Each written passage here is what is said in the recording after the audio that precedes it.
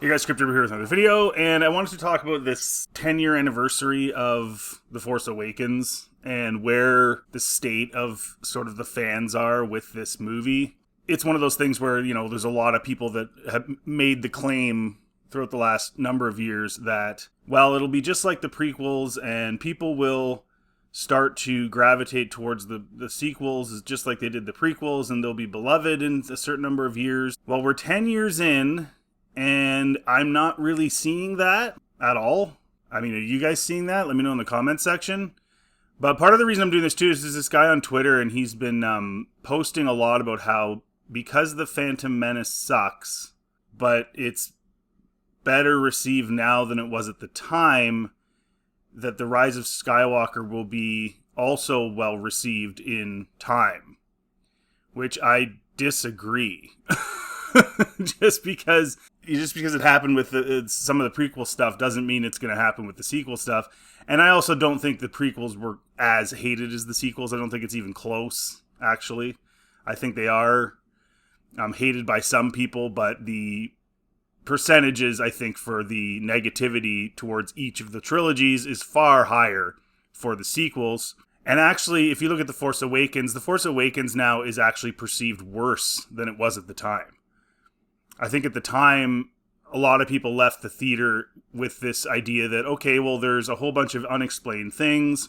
They're going to explain them. It's going to make sense. Rey's powers are going to make sense because she's going to be related to somebody. I think quite a few people, myself included, thought that they were going to reveal that she was, in fact, actually a Solo, and that Han and Leia were protecting her from that lineage due to whatever pressures or what have you. And then they'd find some way to explain the force power she had that might make sense. So a lot of people were kind of left the TFA, as much as it's bad, they were like, well, maybe they'll explain some of this stuff. And ultimately that didn't happen. And so now people are actually viewing the TFA as sort of the foundation of how bad it is. Because it really is, essentially. The other side of this, too, that's really important to remember is that part of the reason the prequel trilogy is seen more positively now is because of the sequel trilogy. The sequels are so bad that a lot of people look back and go, oh, well, the prequels are actually way better than that, so they're actually not that bad. And so basically it's sort of lowered expectations. Lowered expectations. That's basically what it comes down to. A lot of people say, oh, well, the Clone Wars explained stuff in the prequels and that made them be seen as better. And I think maybe for a few people that's the case. But I don't think that's the case for the majority of people. I just think over time people realize that, okay, there's a lot of stupid, cringy stuff that I don't like in the prequels, but at least they told a coherent story. Yes, I don't like some of the lines. Yes, I don't like some of the humor. Sure, Jar Jar, yes. Some of the acting, stuff like that. But it did tell a coherent story. Most people would agree with that. Whereas the sequels simply do not tell a cohesive story, and they're all over the place. And of course, we all know from JJ that they weren't planned. Now, one of the interesting things about The Force Awakens as this foundational film is that going into it, it really didn't have any sort of constraints. It was 30 years after the Return of the Jedi, and so it was sort of its own thing to start off. Now, obviously, you still had to respect the lore, and you still had to explain Rey being so capable in the Force and all those things. You would have had to have done that. And they didn't do that, and it broke lore in those ways. But it didn't have any constraints, whereas the following two films did kind of have to work with what The Force Awakens gave them.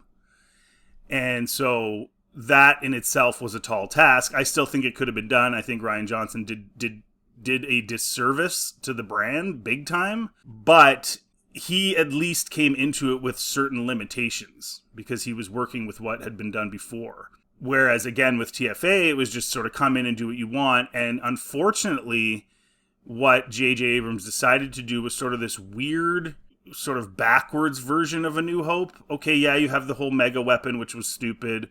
Yeah, you have, the Rey character who's sort of like the Luke character. But the problem is the Rey character had no struggles in the film and basically did amazing feats of the Force and different things without ever having really known about it or trained about it. She knew how to fly ships at an incredible rate. You know, people all say, oh, well, when she first turns on the Falcon, she kind of has trouble taking off and bumps into a couple things. Okay, and then after that, she's threading needles through Star Destroyers and all this stuff, like flying it like better than we ever saw Han fly it. So it's like, yeah, it was a rehash, but it wasn't a rehash. It was like a rehash, but with like no rules and no consistency to the lore and to the rules of the universe. Yes, it was a rehash, but not really. It was sort of a weird backwards rehash. Also, I would suggest that JJ in The Force Awakens was sort of setting things up for, again, another sort of backwards quasi Empire Strikes Back, because like Luke is basically like he's on an island, he's by himself, he's sort of hidden, right? And that's basically what Yoda was doing, right? Yoda was on Dagobah, and then Rey shows up, who in TFA I guess is sort of the Luke character, like I said, sort of like a weird no rules version of Luke that she can just do whatever she wants at any time without knowing anything. But yeah, she's showing up, and then Luke's there, and then you assume he's going to train her, I guess, even though at that point it's like, okay, does she need training? And this is why I'm saying it's kind of like a backwards, weird version that he set up. And then she goes and meets the sort of Vader character who's like a really, really, really bad, non-scary version of Darth Vader in Kylo Ren. They have their disagreement or whatever, but in the end they don't actually fight, so it's kind of a weird way that they did it, because in the end she just, the lightsaber explodes, Kylo Ren gets knocked out, and she leaves with it off screen, and then steals Snoke's ship off screen, and Johnson made those decisions, so I guess he could have went with a more Empire-style thing. But it still wouldn't have worked because they weren't willing to commit to make Rey a Skywalker or a Solo. So it still would have been like a weird backward version, which it kind of was. But that's, I think, what JJ was probably trying to set up, because everything was just sort of done in this way of trying to bring back the nostalgia of the original trilogy rather than... and doing that in a really weird way, a really sloppy, crappy way, rather than taking things into a new direction, which probably would have worked a lot better in the end. But the other problem with TFA that everyone now is really thinking about, because again, it's the foundational film, is TFA was the film where you do your world building, right? So TFA was the film where you establish the state of the galaxy, you establish who the players are, you establish what their motivations are, you establish what the conflict is and how it's going to go down. But they didn't even really do that. I remember when I watched it for the first time, and they destroyed those planets, and they said they were destroying the New Republic with Starkiller Base or whatever. You didn't even know anything about those planets. You didn't know where they were, what they were. They didn't do any scenes of the New Republic discussing anything. They didn't even do scenes of the New Republic discussing the situation with Leia, like the stupid idea they had that the New Republic rejects Leia once they find out Vader's her father, all that stupid stuff. But as stupid as it is, they didn't even include that in the film. So you really had no scope about the New Republic. You didn't really know how much of the galaxy they were really controlling. You didn't know what level of control they had. You didn't know how organized they really were. You really got nothing. So you ended up with zero world building. All you ended up with was a desert planet with some OP-style Luke character, and then the First Order, where most of their scenes were just on ships and stuff. Like, there wasn't really a whole lot of, like, planets and different stuff like that. It was just very in space, right? You basically had Jakku and you had Starkiller, which was Elam, and not a whole heck of a lot else. That's the opportunity that TFA presented, was you need to establish all of this stuff. We never really find out in the movie at all why this First Order even exists, where they came from. You don't really get any answers to really anything. They're just there, and there's this resistance. And we now know, because of course, instead of putting it in the movie, they put everything in this other materials, books and different stuff, that actually the Resistance wasn't even part of the New Republic. It was just Leia's little resistance. It was like, oh, okay.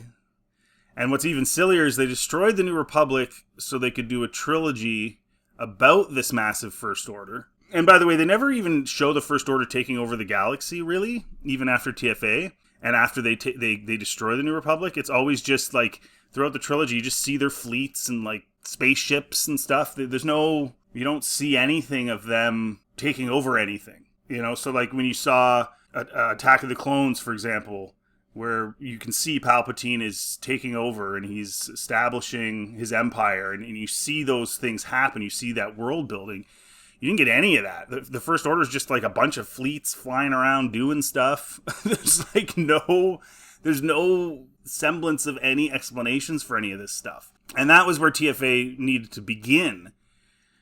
And the focus was so much on Rey and Finn at the beginning, and then it just continued on from there, and they really didn't focus on anything other than some of the characters, but there was just no world building at all. And then of course they destroy the New Republic. Sorry, this is the point I was trying to make. So they destroy the New Republic very early on. They don't show any world building of how they functioned after that, how the galaxy functioned. Not even in a crawl in the next two films do we hear anything about how the galaxy's functioning now that the New Republic is gone. And we got nothing about how the New Republic functioned, obviously, as well. And then it's just literally the rest of the whole trilogy is just the First Order with all their ships and fleets and things chasing after like 100 Resistance people. And if you think about it, if the First Order had taken over the galaxy, they destroyed the New Republic, they've taken over the galaxy, this group of like 100 Resistance people would be a nothing burger to them. They wouldn't even have to chase them. Like, just wait around. If they show up, we'll just deal with them. That's like literally 100 people. Like, it just doesn't make any sense. Like, the Resistance should have been a joke to them at that point, shouldn't they? Because they've now taken over, correct? Like, isn't that what it would be? But instead of taking over, I guess they just kind of just stayed in space and flew their ships around looking for this 100 people. And all that centered around this whole thing about like Kylo and his mom. And again, it was character centered instead of world building centered. But then the characters' developments were piss poor. So it was just a brutal combination. And then in the Last Jedi, even though they take out the Dreadnought, and Poe's all happy about it, Leia's mad because they've lost like 2/3 of their ships. So now they're even smaller. They have even fewer. They have a few dozen people now. And so then the whole trilogy from that moment on is even fewer Resistance people. That is this big issue. And then you get into, of course, the Rise of Skywalker and the Emperor and lifting the ships and all this stuff. And it's like, why would you need that? You already destroyed the New Republic. Why aren't you already taking over? Why aren't you already putting command centers in all these systems and doing all? They don't show any of that. There's nothing. It's just them in their ships.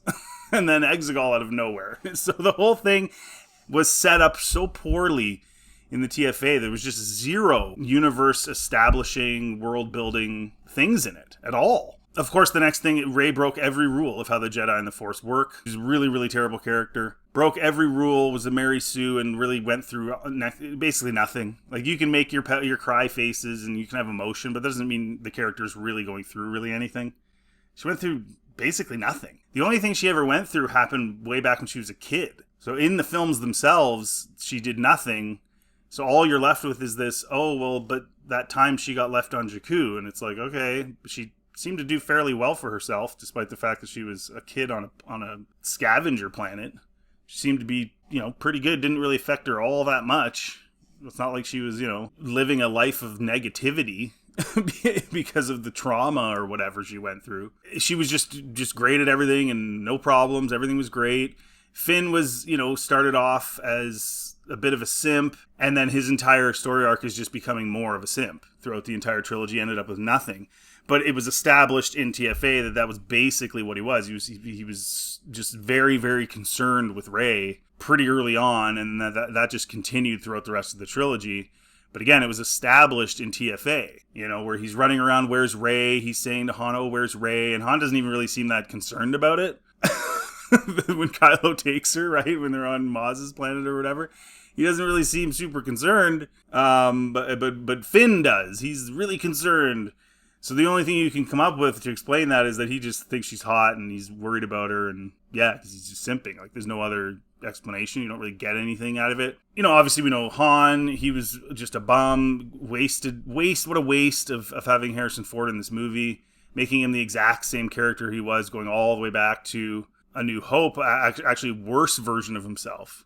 At least in A New Hope he was kind of cool and snarky, and you know, you could feel the energy coming off the guy, whereas in Force Awakens he was just like this blah nothing burger. And Leia, of course, is just sort of there to make mistakes and to be this little resistance, this little meaningless resistance that just keeps shrinking every time they run into the First Order. So all of that was established in TFA, so I don't let Rian Johnson off the hook, but the foundational film for the trilogy was really, really bad. Really badly done. And again, I think this goes back to what I was saying earlier. I think for most of us, we actually see the TFA, we actually see The Force Awakens as a worse film than we did when we first watched it. Because the more you think about it, and the more you think about the fact that it is the foundational film and they lacked all of these things that we've been talking about, you start to realize how bad it actually is. So this idea that it was going to be received or perceived better as the years have gone on, it's actually the opposite. We're now 10 years later in a few days here, and it's actually viewed more negatively, I think, than it was when it originally was released. So all that to say, this idea that the sequel trilogy is going to somehow come out of this and be viewed positively, I think there's two problems there. One, it's not going to. I think we would start to see that by now if it was. They haven't put out anything relating to the sequels that is of any interest to anybody. You know, the Clone Wars were at least interesting to some people. There were people that wanted to see those stories. They dovetailed from The Phantom Menace and then from Attack of the Clones. So the idea that the prequels were viewed negatively, yes, but I think there's a bit of an exaggeration there. Because if people really, really hated the prequels, I don't think the Clone Wars would have been a successful show. I don't think people would have watched it, because they would have just disregarded it because of the fact that the prequels were so awful. So I don't think the prequels were viewed as bad as some people might suggest. Yes, there are lots of people that hated them, but I don't think they were ever viewed as bad because, again, the proof is in the pudding there. Again, 10 years later, we're now viewing the TFA as worse. And so my prediction is that actually this whole trilogy, you know, by the time we get to sort of the 20-year mark or whatever, the 15-year mark, is going to be viewed very negatively. Very negatively. Because how long did we have between Revenge of the Sith and The Force Awakens? Yeah, so you had a 10-year gap. So here we are. We're 10 years later, right? So 2005, Revenge of the Sith comes out. 2015, The Force Awakens comes out. And here we are, 10 years later, and no one is viewing this movie as good.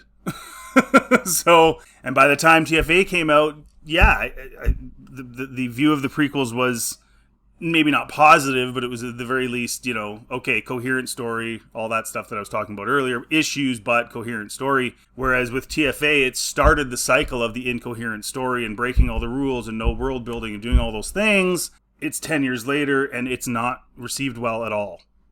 None of the sequel films are, by the vast majority of people. So no, I don't think that's going to change. You're not seeing a sequel show that's going to try and help explain anything, if that's really what happened with the Clone Wars for some people. You're not seeing merchandise lines. There's no BB-8 robots in the stores right now to go buy. There's no Rise of Skywalker toy line. The only thing they do now is those really, really limited lines of Black Series stuff for the really, really hardcore collectors, because they don't want to risk mass producing anything because they don't think it's going to sell. Because it's not going to sell. It's a disaster. And there's absolutely no way that this whole idea that it's good, that just because the prequels are viewed more positively now, that automatically means the sequels are going to be looked at more positively. I don't even know where you get that logically. I don't know how that would work. Just because this other thing did this means this thing's going to do this? Just because? It doesn't work that way. And with the sequels, especially the sequels, the more you analyze them, the worse they get. The prequels, the more you analyze them, the more you realize the story is told and works.